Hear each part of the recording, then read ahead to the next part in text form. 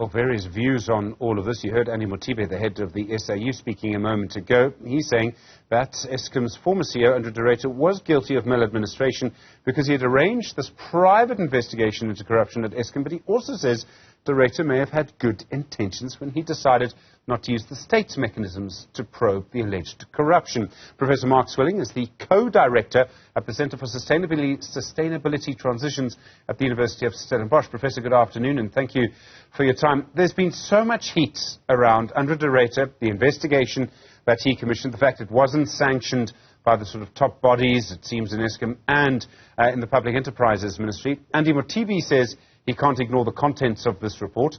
Do you think we're any closer to getting to the bottom of what's really been happening at Eskom? Well, I mean, this all adds to that. I mean, one thing that I think we should take comfort in is that the Minister of Electricity has not ignored the corruption and sabotage issues at the power stations. It's part of his briefings that he gives on a weekly basis, and that keeps attention on those issues. I think we've also seen more action, police action, some arrests.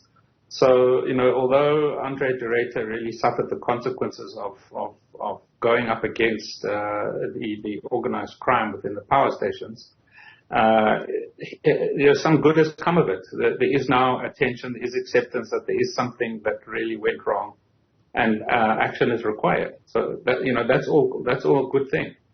One of the sort of points de Ruyter made at the time when he was still CEO was that he believed corruption at coal-fired power stations was responsible probably for around 2 stages of load shedding. Could that still be the case? Or do you think that quite a lot of progress has been made to stop that from happening? Well, I think the incredible focus on organized crime syndicates in the power stations, that whole crisis triggered, and spotlights shone onto that. I think what happened is that those syndicates kind of retreated and reformed and decided to change some of their tactics, and I think that has contributed to some lowering of some of the criminal action and the sabotage action that has taken place. And now with the kind of more concerted security action that Andre de Ruyter was calling for, makes life a bit difficult for them. But it definitely hasn't gone away. That's for sure. Intimidation continues. The syndicates continue to do their thing, and it is definitely contributing to load shedding, for sure. I mean, I remember the last time Scopa met to discuss the situation at Eskom, the police officer, senior police officer in charge of the unit investigating this corruption in Mpumalanga, where these power stations are, refused to appear because he didn't want anyone to see his face. I mean, that's an indication of how dangerous these groups are, of how much power they must have. Yeah, I mean, absolutely. And, there's lots of stories that are coming out from whistleblowers, from all sorts of people across the board about how bad things really are.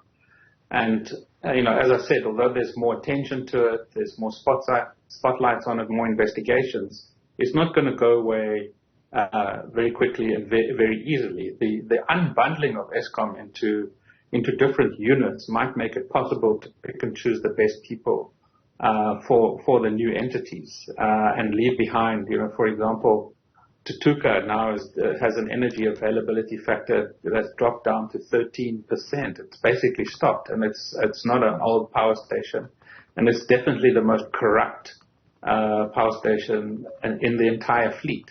So that's just an indication of how bad things can get. We don't yet have a new CEO at Eskom. This has been going on for quite a long time. Is that a problem, that the board hasn't yet appointed a CEO to take over from de Ruyter?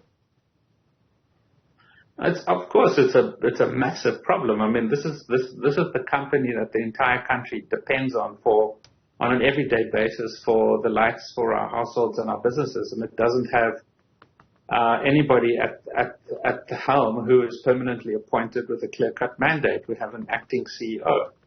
We have a new board, and we have a Minister of Electricity who actually behaves like a CEO. Things are a bit confused, and it's absolutely essential that the breakup of Eskom begins to take place so that we can break the hold of these criminal syndicates on the current vertically integrated institution, which is pretty moribund. Professor, there's so much going on in the electricity space. You understand it better than I do. We've got all of this happening at Scopa today, these investigations.